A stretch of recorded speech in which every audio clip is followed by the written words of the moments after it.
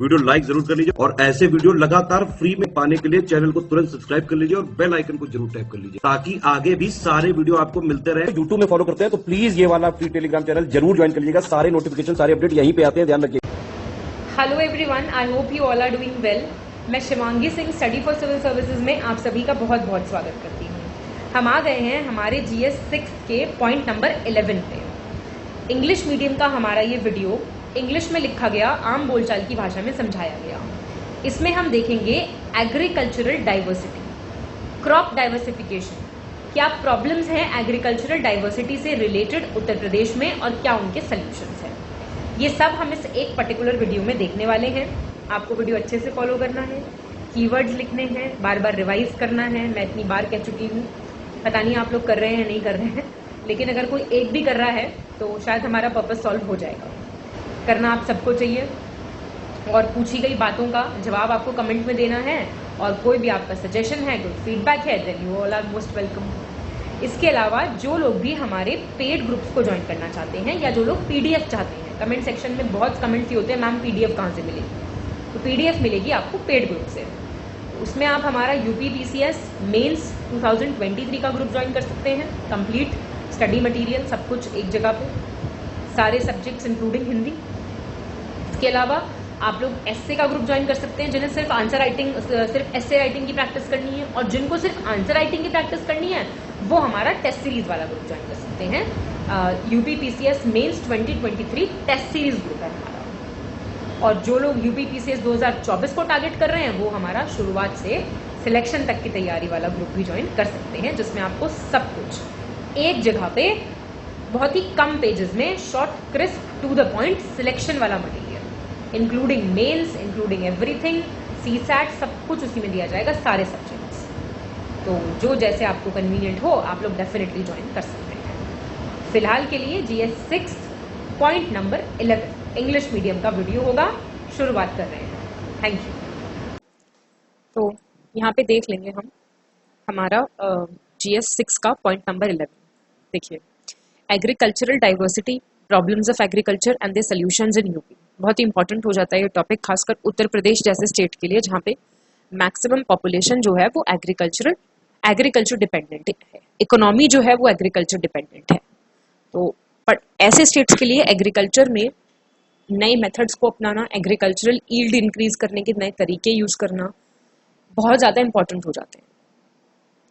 आपके पास एक टर्म आती है एग्रीकल्चरल डाइवर्सिटी, या फिर अगर हम कहें क्रॉप डाइवर्सिफिकेशन। क्या होता है ये? आप लोगों ने लास्ट लेक्चर में पढ़ा था एग्रो फॉरेस्ट्री, सोशल फॉरेस्ट्री। वो भी एक तरीके का एग्रीकल्चर में डाइवर्सिटी डालने का एक तरीका है, या फिर क्रॉप डाइवर्सिफिकेशन का वो एक तरीका है। क्रॉप डाइवर्सिफिकेशन में क्या होता है, नए क्रॉप्स या फिर क्रॉपिंग पैटर्न्स, क्रॉपिंग सिस्टम्स का एडिशन किया जाता है एग्रीकल्चरल प्रोडक्शन में, किसी पर्टिकुलर फार्म पे, और इस चीजों को अकाउंट में लिया जाता है कि क्या रिटर्न्स रहेंगे अलग अलग वैल्यू एडेड क्रॉप्स के विद कॉम्प्लीमेंट्री मार्केटिंग अपॉर्चुनिटीज। तो दो चीजें देखी जा रही हैं, एक तो देखा जा रहा है आपका वैल्यू एडेड क्रॉप्स। ये सब कीवर्ड्स हैं, इन पे आपको ध्यान देना है, और इन सब का क्या रिटर्न्स है फ्रॉम वैल्यू एडेड क्रॉप्स, किसके साथ? With complementary marketing opportunities, with complementary marketing opportunities. ठीक है। अब क्रॉपिंग सिस्टम क्या होता है? क्रॉपिंग सिस्टम कहलाता है, it refers to the crop sequences and management techniques जो आप किसी पर्टिकुलर एग्रीकल्चरल फील्ड पे over the period of years use कर रहे हैं। ठीक है। अच्छा, अब मैं आपसे कहूं क्या होता है भाई क्रॉपिंग सिस्टम्स में, आप क्या क्या मतलब क्या कंपोनेंट्स हैं या कितने टाइप्स का है क्रॉपिंग सिस्टम? तो क्रॉपिंग सिस्टम में आता है आपके मेजर क्रॉपिंग सिस्टम्स होते हैं सीक्वेंशियल क्रॉपिंग, एक होता है मोनोक्रॉपिंग, आपका बस एक ही तरह की क्रॉप उगाई जा रही है, एक होता है इंटरक्रॉपिंग, एक होता है रिले क्रॉपिंग, एक होता है मिक्स्ड क्रॉपिंग, और एक होता है एले क्रॉपिंग। तो बहुत से फार्मर्स जो हैं वो क्या यूज करते हैं? Mixed crop livestock system, mixed crop livestock system use करते हैं। अपने स्टैंडर्ड ऑफ लिविंग और इनकम को फाइनली इंक्रीज करने के लिए। मैं आपको कई लेक्चर्स में बता चुकी हूँ, हम प्रिमिटिव टाइम में humans use to practice subsistence farming, और ये सिर्फ प्रिमिटिव टाइम में नहीं होता था, बहुत टाइम तक रहा। ये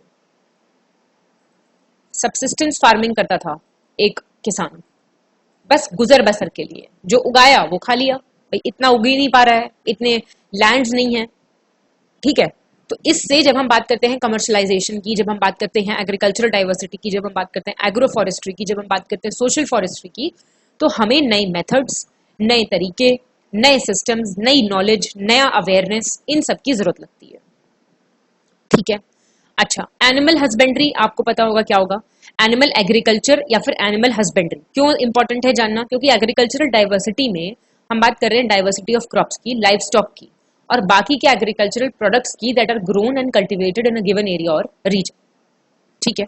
तो एनिमल हस्बेंड्री भी हाथ क्या आपको पता होना चाहिए। एनिमल हस्बेंड्री क्या होता है, या फिर एनिमल एग्रीकल्चर अगर मैं कहूँ।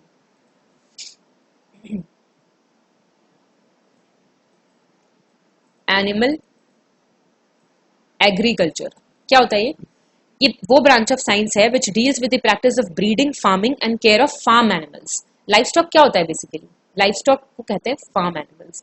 जंगली एनिमल्स थोड़ी आते हैं लाइफ स्टॉक में, है ना। तो फार्म एनिमल्स की ब्रीडिंग, जैसे कैटल, डॉग्स, शीप, हॉर्सेज हो गए, ह्यूमंस करते हैं अपने एडवांटेजेस के लिए। Basically it refers to life stock raising and selective breeding. तो ये देखिए आपने बात एग्रीकल्चरल डाइवर्सिटी की या फिर क्रॉप डाइवर्सिफिकेशन की। अब ये इंपॉर्टेंट है बड़ा, बहुत सारे रीजंस की वजह से। पहला तो देखिए, यूपी एक स्टेट है नदरन इंडिया का जो जाना जाता है अपनी रिच एग्रीकल्चरल डाइवर्सिटी के लिए। डेफिनेटली कल्चरल भी आएगा, लेकिन चलिए अभी टॉपिक से रेलिवेंट नहीं है, वो सेंटेंस ठीक था। तो स्टेट का बहुत डाइवर्स टोपोग्राफी है, आप जानते हैं, हर जगह एक तरह का क्लाइमेट नहीं है। फर्टाइल प्लेन्स हैं, इंडो गैंजेटिक प्लेन है, हिमालयन माउंटेन्स हैं, और रगेड टेरेन है विंध्या रेंज का, ठीक है। स्टेट लार्जेस्ट प्रोड्यूसर है फूड ग्रेन्स का इंडिया में, और it is known for the production of wheat, rice, sugarcane, pulses, oil seeds and potatoes.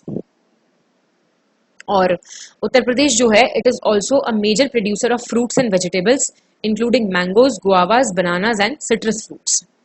Citrus fruits कौन से होते हैं, जो आपके ये मौसमी और संतरा, ये वाली जो फैमिली है फ्रूट्स की, वो कहलाती है सिट्रस फ्रूट्स। आंवला, नींबू, ये सब। तो अच्छा खासा प्रोडक्शन है फ्रूट्स का, वेजिटेबल्स का, फूड ग्रेन्स का। पूरी डाइवर्सिटी हमारे स्टेट में आपको देखने को मिल जाएगी। अच्छा, अब हम बात करें अगर, तो लाइफ स्टॉक, अभी हमने देखा animal husbandry, animal agriculture. Life stock भी एक इंपॉर्टेंट रोल प्ले करता है स्टेट की इकोनॉमी में, with Uttar Pradesh being the largest producer of milk, दूध का सबसे बड़ा उत्पादक, और second largest producer of meat in India. याद रखिएगा, डेयरी इंडस्ट्री और मीट इंडस्ट्री एकदम कॉम्प्लीमेंट्री चलती है, ठीक है। Dairy farming, poultry farming, fish farming, ये सब भी इंपॉर्टेंट एग्रीकल्चरल एक्टिविटीज हैं जो स्टेट्स में काफी होती हैं। अच्छा, स्टेट गवर्नमेंट जो है इस हिसाब से काफी इंपॉर्टेंट इनिशिएटिव्स भी लेती रहती है बीच बीच में, जिससे कि एग्रीकल्चरल डेवलपमेंट को बूस्ट किया जाए, फार्मर की इनकम को इम्प्रूव किया जाए। अब इसमें एग्रीकल्चरल रिसर्च इंस्टीट्यूट्स भी काफी सेटअप किए जाते हैं, जो सब्सिडीज देते हैं ये लोग बीज के लिए, फर्टिलाइजर्स के लिए। ऑर्गेनिक फार्मिंग प्रैक्टिसेस को प्रमोट किया जाता है, हमने देखा था पिछले में। एग्रो फॉरेस्ट्री जितनी ज्यादा होगी, कार्बन न्यूट्रलिटी आएगी, कार्बन सिंक बनेगा, कार्बन सीक्वेस्टर होगा, ऑर्गेनिक फार्मिंग प्रैक्टिसेस होंगी, फर्टिलाइजर्स का यूज कम होगा। ये सब कुछ आपस में इंटरकनेक्टेड है। ये इंटरकनेक्शन दिखना चाहिए आपको हर टॉपिक में, तभी आप ध्यान से चीजें फॉलो कर रहे हैं, अदरवाइज कोई फायदा नहीं है हमारा फ्री वीडियोस बनाने का और आपका अपना टाइम वेस्ट करने का। No use at all. और अगर आप समझ पा रहे हैं इंटरलिंकेज, मुझे नहीं लगता कोई रॉकेट साइंस है, बहुत सिंपल चीजें हैं। एक लेक्चर ध्यान से देख के उसे अपने दिमाग में रख के कीवर्ड्स रिवाइज करके दूसरा लेक्चर देखेंगे तो आप डेफिनेटली इंटरलिंक कर पाएंगे। The state has launched several schemes to provide financial assistance and insurance cover to the farmers. अब अलग अलग तरीके से भाई फाइनेंशियल हेल्प दी जाती है, इंश्योरेंस कवर दिया जाता है फार्मर्स को। Department of agriculture and farmers welfare DA&FW is implementing the crop diversification program. पूरा समझा दिया क्रॉप डाइवर्सिफिकेशन क्या होता है शुरू में ही, तो ऐसे यहाँ पे कॉन्सेप्ट दिमाग में एकदम क्लियर होने चाहिए। CDP ये एक सब स्कीम है राष्ट्रीय कृषि विकास योजना की, ठीक है। In the original green revolution states, आप समझते हैं ना ग्रीन रेवोल्यूशन स्टेट्स कौन कौन सी हैं? हरियाणा, पंजाब, वेस्टर्न उत्तर प्रदेश, जहाँ पे ग्रीन रेवोल्यूशन को एज एन एक्सपेरिमेंट कह लीजिए या फिर एज नीड कह लीजिए, बहुत लार्ज स्केल पे इंप्लीमेंट किया गया था और बहुत ज्यादा अच्छे रिजल्ट्स भी ग्रीन रेवोल्यूशन ने दिए थे।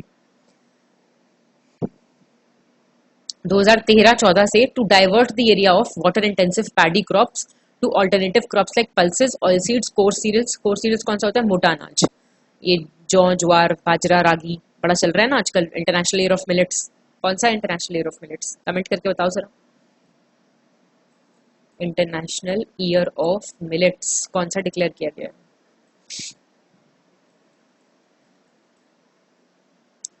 तो पैडी क्रॉप जो है, आप जानते हैं चावल को बहुत अमाउंट ऑफ पानी की जरूरत पड़ती है, इसकी जगह ऑल्टरनेटिव क्रॉप्स उगाई जाएं, pulses, oil seeds, coarse cereals, nutri cereals, cotton और ये सब। तो एग्रीकल्चरल डाइवर्सिटी उत्तर प्रदेश में इंपॉर्टेंट रोल प्ले करेगी in the economic development of the state, livelihood provide करेगी to lakhs of people and contributing significantly to the country's food security. एक चीज ये हो जाती है, ठीक है। अच्छा, अब मैं आपसे कहूं अगर कि क्रॉप डाइवर्सिफिकेशन का नीड क्या है, पहली चीज तो what is the need of agriculture diversity या फिर क्रॉप डाइवर्सिफिकेशन, नीड पूछ रही हूं मैं आपसे। पहला पॉइंट आप लिखेंगे एडवर्सिटीज एंड क्लाइमेट वेगरीज। इन सब पॉइंट्स को लिखते रहा कीजिए, एडवर्सिटीज एंड क्लाइमेट वेगरीज। अब क्या है, एक फार्मर है, उसको बहुत सारी प्रॉब्लम्स का सामना करना पड़ता है, बहुत सारी क्लाइमेटिक एबनॉमलीज का सामना करना पड़ता है ड्यूरिंग जब उनका एग्रीकल्चर प्रोडक्शन का टाइम चल रहा है उस वक्त। जैसे रेनफॉल बहुत ही इरेटिक है, स्टोन हेल जिसको बोलते हैं, क्या बोलते हैं आप इसको, ओले, ड्रॉट, फ्लड। इसके अलावा पोस्ट हार्वेस्ट लॉसेस भी होते हैं कई बार, स्टोरेज में प्रॉब्लम आती है, प्रॉपर मार्केटिंग नहीं होती, अवेलेबिलिटी नहीं होती प्रॉपर मार्केटिंग की। तो ह्यूमन वाइल्ड लाइफ और क्या बोलते हैं कॉन्फ्लिक्ट बहुत चलता है कई बार, और human crop conflict, forest fires का problem, organic matter deficit soil है, मोनोकल्चर का प्रॉब्लम है, प्लांट डिजीज है, इन्फेस्टेशन है, migration and the reluctance of youth. सारे देखिए पॉइंट्स लिखेंगे आप। जो एग्रीकल्चर में की तरफ आजकल यूथ का रुझान है, वो भी तो एक किस्म का प्रॉब्लम ही है। जब नए लड़के नई लड़कियां इस प्रैक्टिसेस को अडॉप्ट नहीं करेंगे तो ये कैसे आगे बढ़ पाएगा, एग्रीकल्चर कैसे सस्टेन कर पाएगा, ठीक है। तो ये सारी प्रॉब्लम्स आ जाती है। सेकंड में आप लिख सकते हैं problems in maintaining input cost. Input cost maintenance करके लिख लो, कुछ भी लिख लो। तो मतलब पिछले आप बहुत टाइम से देखेंगे Indian agriculture it has been facing several problems related to an increase in input cost to increase productivity. मतलब productivity proportional to input maintains for a certain time, फिर उसके बाद वो प्लेट्यू कर जाता है और फिर डिक्लाइन करने लगता है। उसके बाद same pattern extract specific nutrients from the soil. तो सॉइल के न्यूट्रिएंट्स या फिर सॉइल न्यूट्रिशन लिख सकते हैं हम इसको, इसका प्रॉब्लम है, इसलिए क्रॉप डाइवर्सिफिकेशन की जरूरत है। अब क्या है, common government promoted green revolution का क्रॉपिंग पैटर्न चल रहा है, गेहूं चावल, गेहूं चावल बहुत टाइम तक प्रोडक्टिविटी इनहांस करने के लिए। अब unilaterally same cropping pattern follow करना बहुत टाइम तक क्या होता है, स्पेसिफिक न्यूट्रिशंस जो हैं सॉइल से वो एक्सट्रैक्ट कर देता है। उसकी वजह से क्या होता है, सॉइल में डेफिशिएंसी आ जाती है और डिक्लाइन हो जाती है पॉपुलेशन माइक्रोफोना की सॉइल में से। तो माइक्रोफोनल पॉपुलेशन बहुत जरूरी है जिससे कि मोबिलाइजेशन और एब्जॉर्प्शन जो है पर्टिकुलर न्यूट्रिएंट्स का अच्छा रहे। तो मोनोक्रॉपिंग पैटर्न जो है वो रिसोर्स यूज एफिशिएंसी को भी कम कर देता है। मोनोक्रॉपिंग पैटर्न्स की वजह से ज्यादा चांस होता है कि सेम तरीके का इंसेक्ट, सेम तरीके का कोई पेस्ट अटैक करेगा, फिर उसको आप कैसे कंट्रोल करोगे, इंसेक्टिसाइड्स डालोगे, पेस्टिसाइड्स डालोगे, वो एक अलग प्रॉब्लम आ जाती है, ठीक है। तो ये आप एक चीज लिख सकते हैं। नीड इसलिए है कि ये प्रॉब्लम्स हैं जो फेस कर रहे हैं, तो उनको टैकल करने के लिए हमें क्रॉप डाइवर्सिफिकेशन का नीड है। अब एग्रीकल्चरल डाइवर्सिटी जो है, it can provide many benefits to the agriculture sector of Uttar Pradesh. अब वो क्या बेनिफिट्स हो सकते हैं वो हम देख लेते हैं। जैसा हमने अभी देखा, सॉइल हेल्थ को इम्प्रूव कर सकता है। अगर आप डाइवर्स क्रॉप्स उगाएंगे तो it will help in maintaining the soil health, soil erosion इतना नहीं होगा और सॉइल का ऑर्गेनिक मैटर कम होगा। अभी हमने देखा था ऑर्गेनिक मैटर डेफिशिएंट सॉइल ज्यादा है। और सॉइल बायोडाइवर्सिटी को भी वो चीज प्रमोट करेगी, जो माइक्रोफोनल ग्रोथ है उसको ये चीज प्रमोट करेगी। प्रोडक्टिविटी बढ़ेगी। If you will cultivate a wide variety of crops, farmers can make most of their land and resources. आप उसका पूरा यूज कर पाएंगे, resulting in higher yields and greater overall productivity. फिर रिस्क रिडक्शन की हम बात करते हैं। Planting a variety of crops can help farmers reduce the, हमने देखा ना, post harvest losses। ऊपर पॉइंट कवर करा तो क्रॉप फेलियर हो गया है, किसी वजह से एकदम से क्रॉप को डैमेज आ गया है, तो अलग अलग क्रॉप्स का अलग अलग ग्रोथ पैटर्न्स और रिक्वायरमेंट्स होंगे, तो कोई ना कोई क्रॉप तो बची जाएगी ना, वो वाली चीज है। तो इससे क्या है, अलग अलग इनकम सोर्सेज से फार्मर्स की इनकम भी जो है वो डाइवर्सिफाई होगी। एक ही इनकम सोर्स पे आप डिपेंडेंट नहीं रहेंगे ना। फिर वो कहते नहीं, आपने किराए पे दे रखा है कोई घर, फिर आपका एक नौकरी चल रही है, फिर आप कहीं ट्यूशन भी पढ़ाते हैं। कुछ एक एग्जाम्पल है छोटा सा, चलिए कोई नहीं, ट्यूशन के बच्चे नहीं आ रहे, कोई बात नहीं, किराया तो आ ही रहा है, बात नहीं होती कई बार ऐसी। तो ऐसे आप मतलब इनकम सोर्सेज डाइवर्स है। फूड सिक्योरिटी इंक्रीज होगी भाई, नेशनल फूड सिक्योरिटी एक्ट के तहत हम इंडिया को फूड के तहत सिक्योर करना चाहते हैं। तो एग्रीकल्चर डाइवर्सिटी जो है, it can help increase food security by ensuring that the consumers have access to a variety of nutritious crops, है ना। फिर ऐसा नहीं होगा वेजिटेरियन डाइट में प्रोटीन की कमी है, नहीं, फिर कुछ किसी चीज की कमी नहीं है, वैसे तो है ही नहीं, लेकिन इस न्यूट्रिएंट की कमी रह गई। आप में तो जी विटामिन डी नहीं है, आप में विटामिन सी नहीं है, ये चलता है ना आजकल बहुत ज्यादा। फिर वैसा नहीं होगा अगर आप एक ही तरह का, कहते हैं ना, एक ही तरह का रोज रोटी चावल खा रहे हो, नहीं ऐसा नहीं करो, जौ जवार बाजरा रागी सब कुछ खाओ, तो उससे आपके माइक्रो न्यूट्रिएंट्स फुलफिल्ड रहते हैं। और इससे क्या है, एक ही क्रॉप को एज अ फूड रिसोर्स पे डिपेंडेंसी भी कम हो जाएगी। एनवायरमेंटली बहुत सस्टेनेबल हो जाएंगी चीजें। डाइवर्स फार्मिंग सिस्टम से they can help reduce the use of synthetic fertilisers and pesticides, जो बहुत हार्मफुल इफेक्ट्स देते हैं environment. It may also promote the use of sustainable agricultural practices such as intercropping and crop rotation, हमने ये देखा था अभी ऊपर। फिर है conservation of traditional crops. Uttar Pradesh का रिच एग्रीकल्चरल हेरिटेज है with many traditional crops and agricultural practices.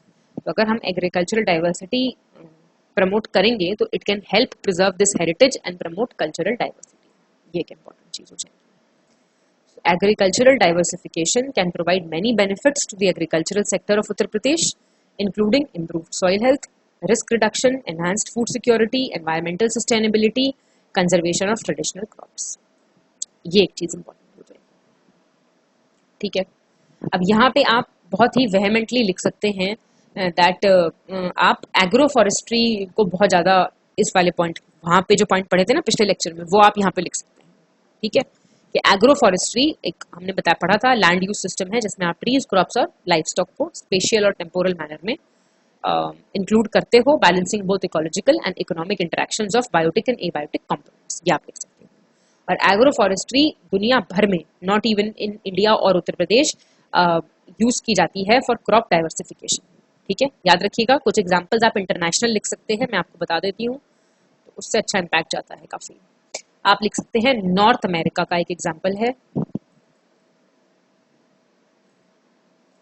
यहाँ पे फार्मर्स एग्रो फॉरेस्ट्री करते हैं एग्रीकल्चर की जगह to improve their economic gain and natural resource conservation, पहला पॉइंट ये लिख सकते हैं। सेकंड आप लिख सकते हैं यूरोप में बहुत की जाती है एग्रो फॉरेस्ट्री, किसकी की जाती है, ट्रीज की जाती है सबसे ज्यादा यहाँ पे, जैसे ओक्स, पाइन, बहुत अच्छे पेड़ होते हैं आपके जूनिपर्स, और ये आपका फर, ये FIRS है, ठीक है। तो ऑस्ट्रेलिया में खासकर पाइनस रेडिएटा होता है, यूकेलिप्टस ग्लोबुलस, अफ्रीकन कॉन्टिनेंट में कॉफी, कोकोआ, कोकोनट और ये सब बहुत एग्रोफॉरेस्ट्री ट्रीज है जो फार्म्स पे उगाई जाती है। याद रखिएगा इन चीजों को, ठीक है। और होम गार्डन्स जो हैं इंडिया के सदर्न पार्ट के, वहां भी बहुत अच्छी तरीके से ये काम किया जाता है। वहां पे भी ट्रीज जो हैं वो सस्टेनेबल प्रोडक्टिविटी से मतलब पर यूनिट एरिया करके ऐसे ग्रो कराई जाती है। तो ये कुछ एग्जांपल्स भी हैं इंटरनेशनल जो बहुत ही सक्सेसफुल हैं, इनको आप अपने आंसर में इंक्लूड कर सकते हैं, ठीक है। इससे आप लिख सकते हैं that it can generate food, feed, fruits, fibre, fuel, fodder, fish, flavour, fragrance, floss, gum, resin, ये सब लिख सकते हैं। ये कोटेशन भी है। और एक मल्टी फंक्शनल लिख लीजिए इसको यहाँ पे,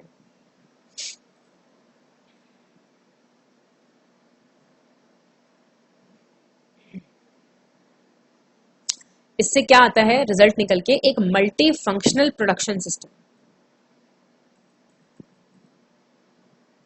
ठीक है। मल्टी फंक्शनल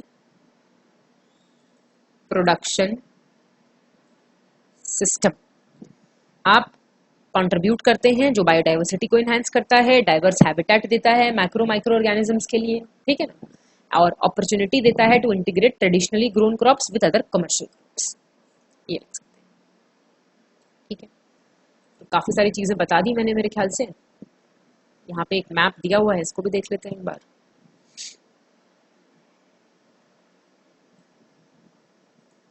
ये मैप है आपका, ये कहता है लेवल क्या था क्रॉप डाइवर्सिफिकेशन का 2000 और 2001 में यहाँ पे, और देखो यहाँ पे देखो, तो इसका मतलब जोर दे रही है सरकार, लोग अडॉप्ट भी कर रहे हैं और उसका फायदा भी लोगों को देखने को मिल रहा है, ठीक है जी। तो ये रहा, ये आपने पूरा देख लिया कॉन्सेप्ट। अब आप देख लो issues related to agricultural diversification in Uttar Pradesh. Fragmentation of land holdings, हमने पहले भी देखा था ये पॉइंट। यहाँ पे लैंड होल्डिंग्स जो हैं वो थोड़ी फ्रैगमेंटेड हैं, बड़े एरियाज लैंड के हमारे पास कम है। तो मेजर चैलेंज क्या है कि कमर्शलाइजेशन जब आप प्रमोट करते हैं तो हमको बड़ा लैंड साइज चाहिए होता है, तभी तो यील्ड दिखाई देती है, तभी तो प्रोडक्टिविटी का असली पता चलता है। अब एवरेज साइज जो है लैंड साइज उत्तर प्रदेश में वो बहुत ही फ्रैगमेंटेड है, बहुत छोटा है, और 92% फार्मर्स के पास 2 हेक्टेयर से कम लैंड है। तो इसकी वजह से क्या होता है, आपका जो मॉडर्न एग्रीकल्चरल टेक्निक्स और प्रैक्टिसेस हैं उनको अडॉप्ट करना थोड़ा सा मुश्किल हो जाता है। Furthermore fragmented land holdings also make it difficult to implement large scale agri business projects, ठीक है। तो एक ये समस्या है यहाँ पे लैंड होल्डिंग्स वाला। रिस्क अवर्जन, फार्मर्स जो हैं they are hesitant to adopt new crops and practices. वही बात है ना भाई, जो जिसका ठीक चल रहा है वो उसे क्यों काम हटा के कुछ और नया अडॉप्ट करेगा। डर सबको लगता है ना कुछ नया काम करने में।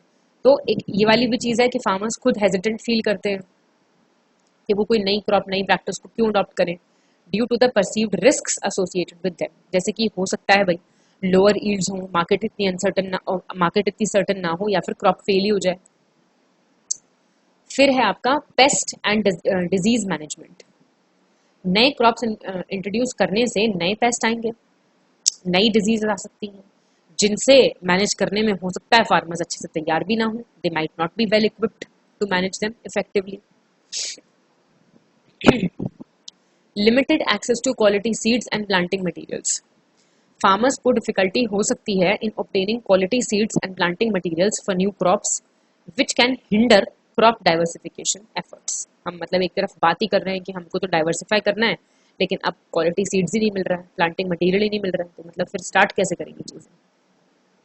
Lack of access to credit, ये भी परेशानी है। Another major issue is the lack of access to credit for farmers.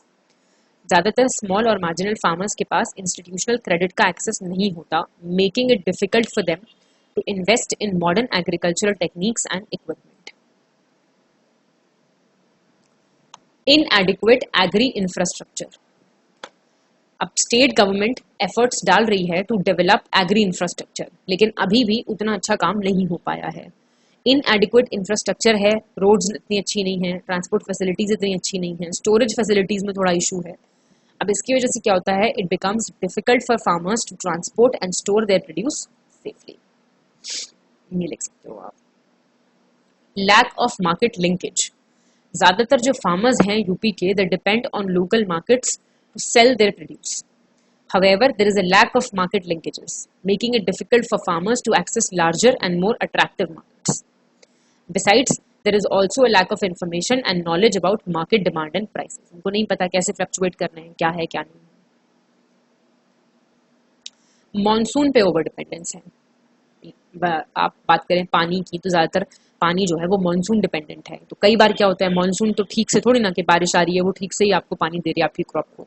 कई बार बहुत ज़्यादा बारिश हो जाती है, क्रॉप खराब हो जाती है. तो it makes the crop vulnerable to crop failure and loss of production. अगर इरेटिक रेनफॉल हो गया, ऊपर से क्लाइमेट चेंज, उसका इम्पैक्ट रेनफॉल पैटर्न्स पे, ये वनरेबिलिटी को इंक्रीज कर देता है. Poor implementation of government policies. बहुत सारे इनिशिएटिव्स हैं, बहुत सारी पॉलिसीज हैं जो बात करती हैं कमर्शलाइजेशन ऑफ एग्रीकल्चर की यूपी में. There are implementation and execution issues. इसमें क्या है, इम्प्लीमेंटेशन नहीं होगा, जैसे लीजिंग ऑफ लैंड है, कॉन्ट्रैक्ट फार्मिंग है, फार्मर प्रोड्यूसर ऑर्गेनाइजेशंस हैं, सब बताया हुआ है आपको मैंने पूरे कॉन्सेप्ट्स पूरे डिटेल्स में.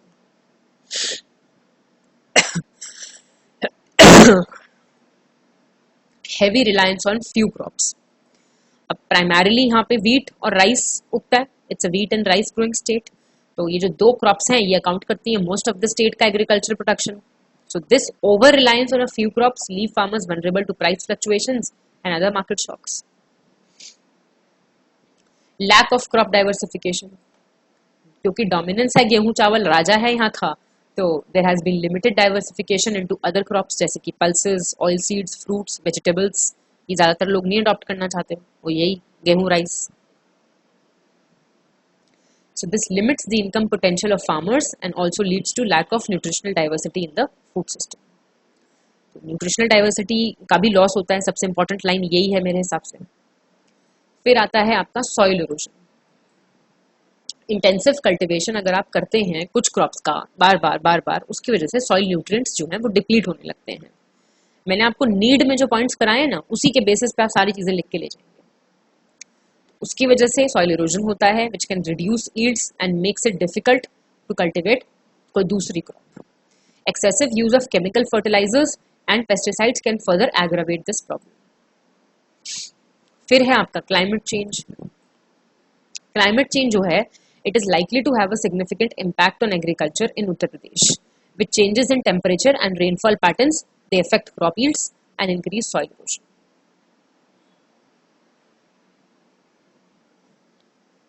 अब इन सब इश्यूज को एड्रेस करने के लिए क्या है need? There is a need for policies and programs that encourage crop diversification, that promote sustainable agricultural practices, provide support for soil health, and invest in agricultural infrastructure. In addition, there is a need to empower farmers by providing them access to information, credit, and markets, and by involving them in the decision-making process related to agricultural development. ठीक है, ये point भी आप इसमें include कर सकते हैं.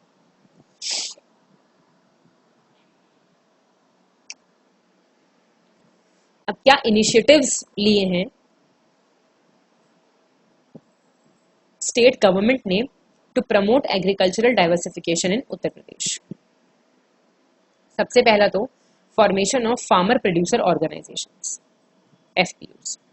State government ने प्रमोट किया है कि एफपीओस को ज्यादा से ज्यादा फॉर्म किया जाए.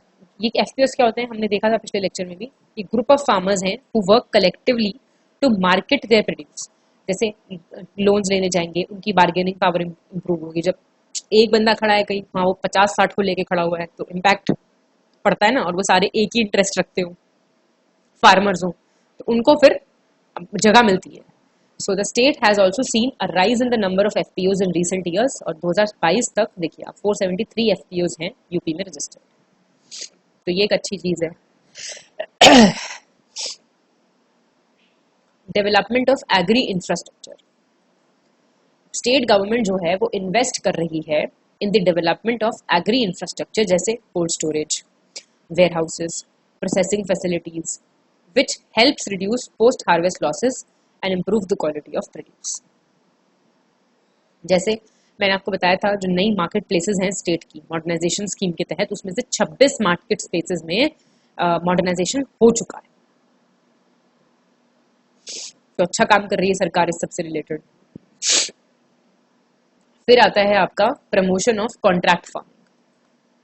स्टेट गवर्नमेंट ने एनकरेज किया है कॉन्ट्रैक्ट फार्मिंग भी काफी हद तक, विच इन्वॉल्व्स, आप जानते हैं, एक पहले से हम प्राइस पे अग्री कर लेंगे कि इस पे मैं आपको इतनी क्वांटिटी क्रॉप की दूंगी, जो भी प्रोड्यूस होगा मेरी क्रॉप का, और इतने प्राइस पे आपको लेनी पड़ेगी। अब चाहे कुछ भी है वो सिचुएशन, चाहे मैं फायदे में जा रही हूँ चाहे मैं नुकसान में जा रही हूँ उस डेट पे, चाहे आप फायदे में जा रहे हो चाहे आप नुकसान में जा रहे हो, ठीक है। So it involves a pre agreed price and quantity of produce between the farmer and the buyer. और इससे क्या होता है, जो मार्केट रिस्क होता है, प्राइस रिस्क होता है फार्मर्स के लिए, वो नहीं रहता और एक गारंटीड मार्केट मिल जाता है कि अच्छा अब तो बिकेगी ही बिकेगी हमारी जो पैदावार है। एज ऑफ मार्च 2020 ये आपका 9424 फार्मर्स जो हैं वो एंगेज थे कॉन्ट्रैक्ट फार्मिंग में across the state. The state government has launched several initiatives to promote agri-business and attract private sector investment in the sector. January 2021 तक the state has signed MOUs worth rupees 42,955 crores with various companies in the agriculture and food processing sector.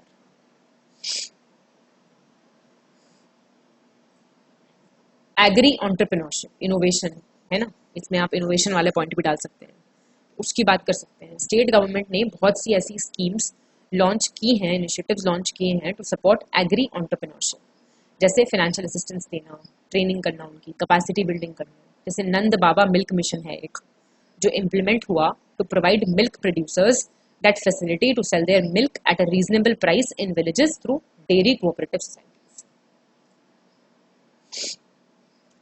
Promotion of value addition. अब value addition आप समझते हैं, process करना, package करना, branding करना। State government encourage कर रही है फार्मर्स को कि वो ज्यादा से ज्यादा वैल्यू एडिशन एक्टिविटीज में एंगेज हो। भाई आप नॉर्मल डब्बे में रख के कोई चीज बेच रहे हो, उसके ऊपर ब्रांडिंग करके कोई चीज बेच रहे हो, उसका फर्क है ना। अब पतंजलि है, पतंजलि ब्रांड है इतना बड़ा, अब आपको क्या लग रहा है पतंजलि सब कुछ प्रोड्यूस कर रहा है क्या अपने पास? नहीं, और उससे लेके अपनी ब्रांडिंग करके भी बेच रहे हैं। ऐसे सब इतने सारे प्रोडक्ट्स हैं जिनके can they produce each and every single thing. अगर आप अपना कोई प्रोड्यूसर उसकी ब्रांडिंग कर देंगे तो ज्यादा बेटर बिकेगा। So the state government has also encouraged farmers to engage in value addition activities जैसे कि processing, packaging and branding of their produce which can fetch higher prices in the market. ये brand है मधु मंत्र, सहारनपुर उत्तर प्रदेश का, और product होता है इनका मल्टीफ्लोरा हनी। ये लॉन्च हुआ जनवरी 2022 में। द ब्रांड मधु मिर्थ ने इंट्रोड्यूस किया आपका जैगरी पाउडर, जो एक्सक्लूसिवली डेवलप्ड है under ODOP concept for the district Muzaffarnagar. एक तो ये ODOP, one district one product की वजह से भी तो काफी चीजों को ब्रांडिंग मिल गई है बहुत अच्छी। The product is sweetener without any chemicals, ये आपकी शक्कर है basically, and healthier and more delicious than sugar. The Uttar Pradesh Madhur Mithas brand added to the already expanding portfolio of ODOP brands launched on 5th May 2020 under the scheme formalization of micro food processing enterprises by Union Ministry of Food Processing Industries. फिर ये आपका chief minister farmer accident welfare scheme. ये एक insurance scheme है farmers के लिए that provides financial assistance in case of accidental death or disability while working on the farm. The scheme covers all the farmers of the state and aims to provide them with some financial security in case of an accident. Financial year 2021-22 में an amount of rupees 189.07 lakh were disbursed to 133 farmers under the Chief Minister's Agricultural Accident Assistance Scheme. Uttar Pradesh किसान कल्याण mission, ये एक mission है जो launch किया which was launched by the government of Uttar Pradesh to double the income of farmers by 2022. The mission focuses on providing farmers access to modern agricultural techniques, उनके irrigation facilities improve हों, agri entrepreneurship को increase हो। तो ऐसे सरकार काफी help कर रही है इन सब schemes को चला के।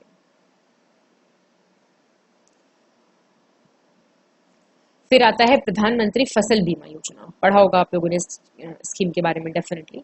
It's a crop insurance scheme launched by the central government to provide insurance coverage to farmers in case of a crop failure due to natural calamities, pests or diseases. The scheme covers all farmers in the state and aims to provide them some financial security in the event of crop failure.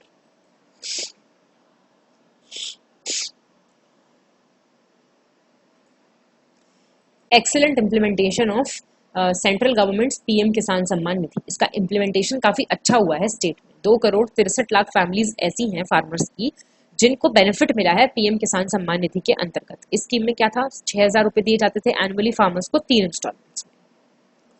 इन सब initiatives को लेके all together काफी help हुआ है to promote commercialisation of agriculture in Uttar Pradesh and improved farmers income. Finally जब farmer किसी चीज पे डिपेंडेंट है, अब मतलब फार्मर की ऐसा कॉन्सेप्ट क्यों होना चाहिए ना कि एक गरीब किसान, क्यों एक वेल ऑफ किसान क्यों नहीं. वो वेल ऑफ किसान का जो सपना है वो तभी पूरा हो सकता है जब ये सारी स्कीम्स, ये सारे मेथड्स, ये सारी नई टेक्निक्स इफेक्टिवली गोल ओरिएंटेड वे में इंप्लीमेंट की जाए. तो आप ये लिख सकते हैं, however there is a lot of scope for further development in this sector and the state government is focusing on promoting agri businesses and improving the overall agriculture ecosystem in the state. ठीक है, ये वाली चीजें आप लिख सकते हैं definitely. फिर हैं आते हैं कुछ सजेशंस कि कैसे एग्रीकल्चरल डाइवर्सिफिकेशन को आप उत्तर प्रदेश जैसे स्टेट में प्रमोट कर सकते हैं और ज्यादा.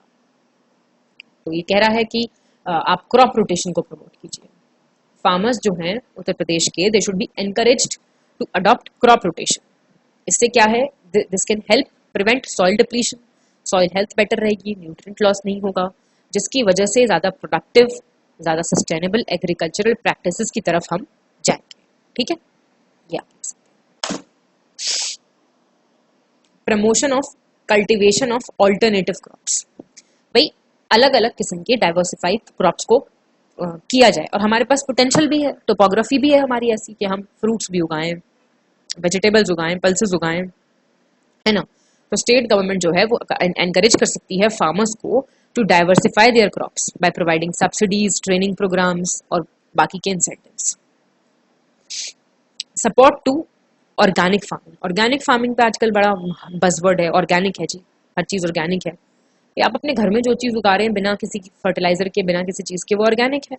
ऑर्गेनिक फार्मिंग से आप सॉइल क्वालिटी इंप्रूव कर सकते हैं, आप पेस्टिसाइड्स पे अपना डिपेंडेंस कम कर सकते हैं, फर्टिलाइजर्स को बिल्कुल हटा सकते हैं, मतलब कम से कम यूज कर करके, और बायोडाइवर्सिटी को प्रमोट कर सकते हैं. एनवायरमेंट के लिए कितना अच्छा है.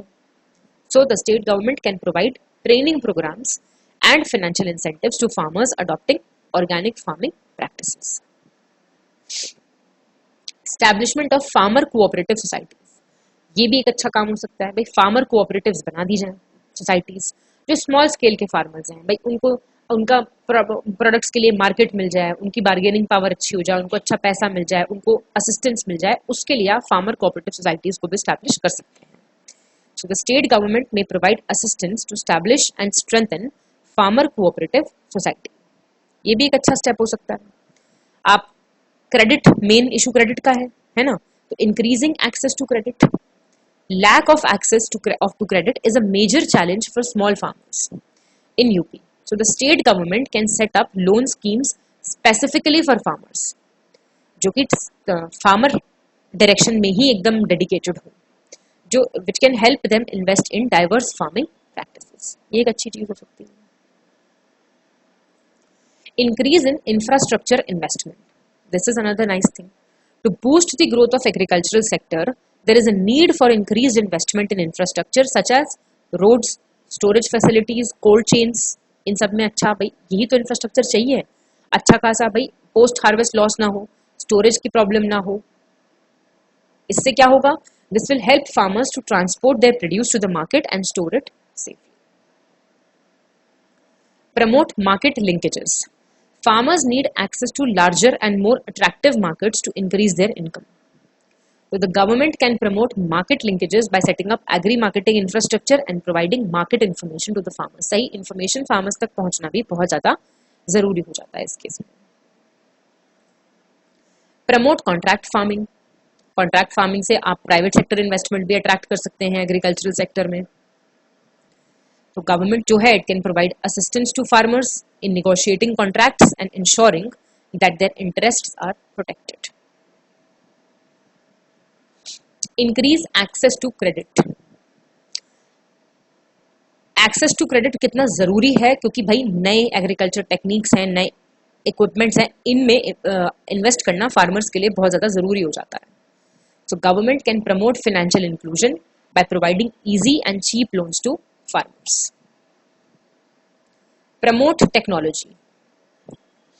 So the use of modern agricultural techniques and technology can significantly increase the productivity and income of farmers. तो government जो है, it can promote the adoption of technology by providing training and extension services to the farmers. Improving government policies. भाई government अपनी side से एक coordinated approach रखे जो कि कमर्शलाइजेशन ऑफ एग्रीकल्चर को प्रमोट करे अच्छे से।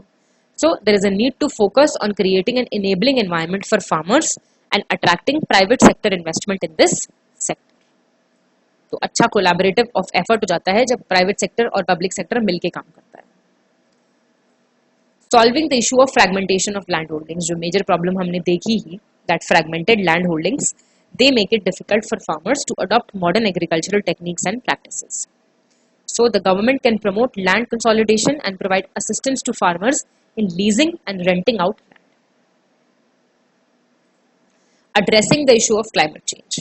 Climate change और उसका जो impact है rainfall patterns पे, वो एक significant impact डाल सकता है overall जो agricultural ecosystem है हमारे state का।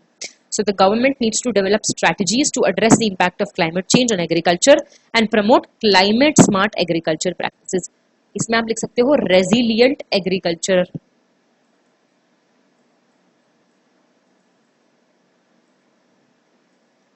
practices, एक चीज ये भी लिख सकते हो। तो इन मेजर्स को इम्प्लीमेंट करके Uttar Pradesh can promote agricultural diversification and improve farmers income and livelihood. फिर आप इसमें डाल सकते हो हमें इतने ट्रिलियन इकोनॉमी बनना है, हमें उतने ट्रिलियन इकोनॉमी बनना है। उसका सपना भी तभी पूरा कर सकते हैं जब एग्रीकल्चर जो है वो अच्छे से कंट्रीब्यूट करे आपका जीएसडीपी में। ये भी लिख सकते हो आप, है ना। तो ये सारी चीजें लिख के आप ओवरऑल एक अच्छा आंसर जो है वो क्रिएट कर सकते हो। एमएसपी अच्छा निकाले सरकार तो भी ठीक रह सकता है ना। फर्टिलाइजर्स जो नीम कोटेड यूरिया है उसका अच्छा यूज, ऑर्गेनिक फार्मिंग को अच्छे से इम्प्लीमेंट किया जाए, ये सारी चीजें लिख के आप एक अच्छा खासा एक डिसेंट आंसर बना सकते हो। ठीक है, तो उसके साथ साथ ये लेक्चर यहीं पे हो जाता है खत्म। कोई भी पेड ग्रुप या पीडीएफ्स आप चाहते हैं तो इन नंबर्स पे प्लीज कांटेक्ट कर सकते हैं। डिस्क्रिप्शन बॉक्स में सारी डिटेल्स मिल जाएंगी आपको। तो फिलहाल के लिए इतना ही था, मैं मिलूंगी आपको हमारे नेक्स्ट लेक्चर में। तब तक के लिए all the very best to all of you. Keep smiling, be happy and keep writing answers. Thank you so much.